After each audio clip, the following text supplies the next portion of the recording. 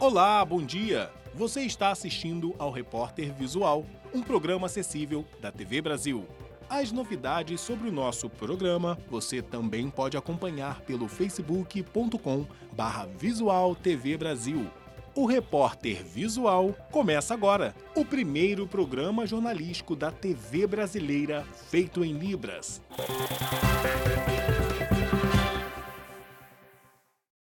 O rompimento da barragem do Córrego do Feijão em Brumadinho, na região metropolitana de Belo Horizonte, uma tragédia sem precedentes que deixou mais de 230 vítimas, completou 100 dias. Desde janeiro, os bombeiros seguem trabalhando de maneira sem parar nesta que já é considerada a maior operação de resgate da história do país. Eu queria homenagear ele, para ter direito de enterrar ele. Eu falei, enterrei meu filho. Era para ele me enterrar, eu enterrei ele. É só isso que eu queria. Que eles devolvam meu filho. 100 dias se passaram desde aquele 25 de janeiro, quando a barragem 1, Córrego do Feijão, se rompeu. Localizada a cerca de 20 quilômetros da cidade de Brumadinho, a barragem tinha capacidade para 12 milhões de metros cúbicos de rejeito, uma mistura pastosa que sobra da produção do minério de ferro. A barragem que se rompeu seguiu em direção ao rio Paraopeba. No caminho, destruiu as instalações da própria mineradora, onde estavam mais de 400 pessoas, e atingiu casas e rodovias. As regiões mais afetadas foram o Distrito Rural de Córrego do Feijão, onde vivem cerca de 400 pessoas, e o bairro de Parque da Cachoeira. Todos os dias eu tenho as famílias ligando para mim, desesperadas, querendo saber cadê o meu filho, cadê o meu irmão, cadê a minha mãe. Eles querem saber de seu ente familiar. Desde o rompimento da barragem, 13 pessoas foram presas, 11 funcionários da Vale e 2 da empresa Tufsud, contratada da Vale para atestar a segurança da barragem que se rompeu. Nenhuma delas permanece presa.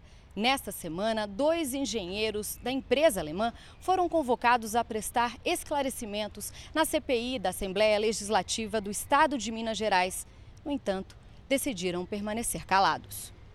O Ministério Público do Trabalho e entidades sindicais moveram ações cobrando da Vale valores que variam entre 8 e 10 milhões para cada uma das famílias dos mortos. A empresa já teve mais de 16 bilhões de reais bloqueados. 100 dias após a catástrofe, a Vale fez sua primeira assembleia de acionistas sob protestos. Na porta da empresa, no Rio de Janeiro, placas pretas com o nome das vítimas foram espalhadas pelas escadarias. 235 vítimas já foram identificadas, 35 seguem desaparecidas. Esse número representa 87% do total de vítimas. Hoje, cerca de 150 homens e mulheres do Corpo de Bombeiros seguem trabalhando no local.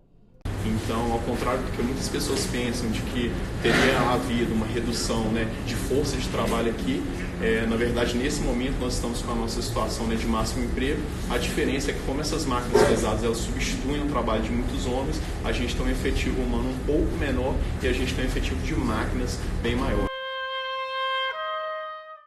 E os rejeitos do rompimento da barragem de Brumadinho tiveram um grande impacto no rio Paraopeba, fonte de abastecimento de água das regiões metropolitanas de Belo Horizonte. Atualmente, pesquisadores realizam um monitoramento constante do rio. As análises seguem parâmetro internacional para garantir a segurança da população.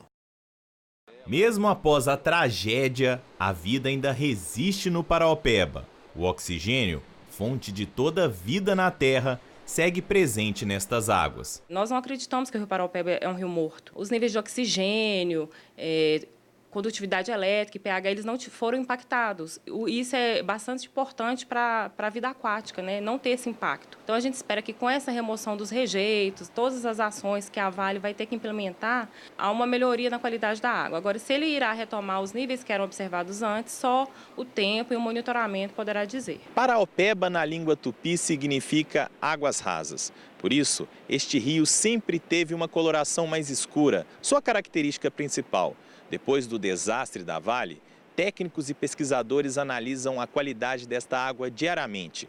Água que é fonte de vida e também de abastecimento para milhões de pessoas. A água é coletada em 15 pontos da área atingida pelo rompimento da barragem do Córrego do Feijão até próximo ao município de Pompéu.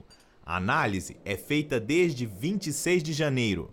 24 horas após o desastre. Foi possível observar uma variação na qualidade da água, considerando especialmente a turbidez, que é essa ocorrência de sólidos, que teve uma elevação muito grande no início, nos primeiros dias. A cor também teve alteração. Além disso, observou-se um aumento de alguns metais pesados, como alumínio, mercúrio, chumbo.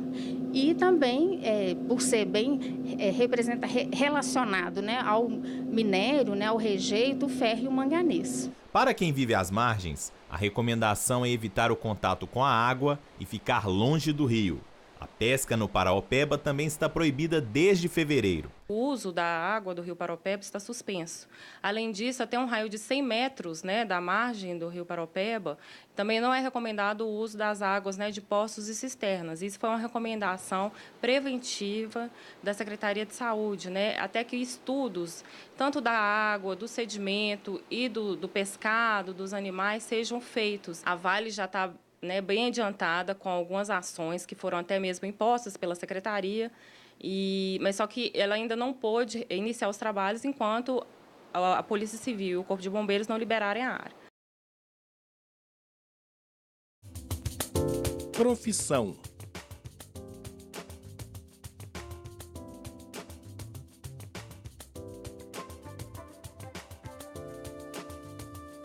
Vamos ver alguns sinais. Advogado, engenheiro, arquiteto, professor, bombeiro, médico, advogado, engenheiro, arquiteto, professor, bombeiro, médico. Agora vamos ver alguns destes sinais em frases que falem sobre o assunto profissão.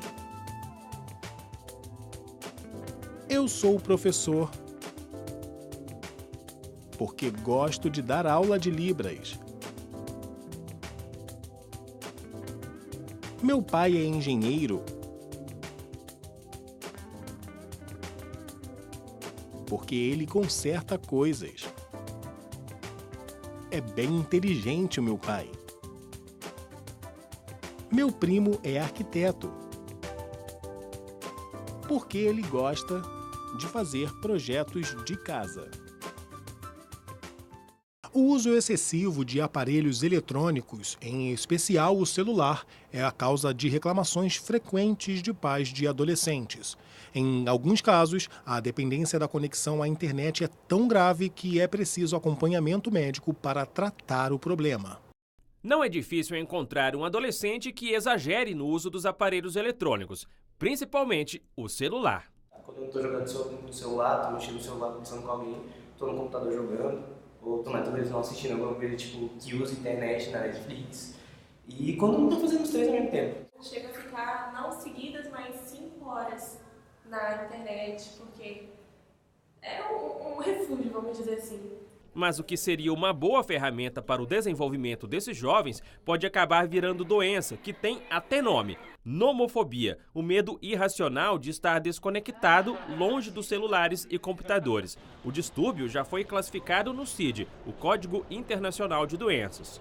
A dependência digital faz com que adolescentes deixem de lado a convivência social e familiar. Em casos extremos, provoca sintomas físicos e psicológicos, como insônia, irritabilidade, pânico e dificuldades de aprendizado. O tratamento exige, muitas vezes, a mudança de comportamento de toda a família. Os pais têm que dar exemplo e não adianta a gente falar que o uso tem que ser restrito ao adolescente se em casa os limites também do uso estão em excesso. O que a gente recomenda é que não atrapalhe o horário de sono, que as atividades de jogos e mídias não prejudiquem as outras, né? As atividades de esporte, que são fundamentais. De acordo com os especialistas, o adolescente pode estar passando do limite na utilização dos eletrônicos quando, por exemplo, checa o celular a cada 2 minutos, tem a impressão de que toda hora o aparelho está tocando ou vibrando, mente sobre o tempo que gasta no celular, fica com o humor alterado e se irrita quando o sinal da internet desaparece.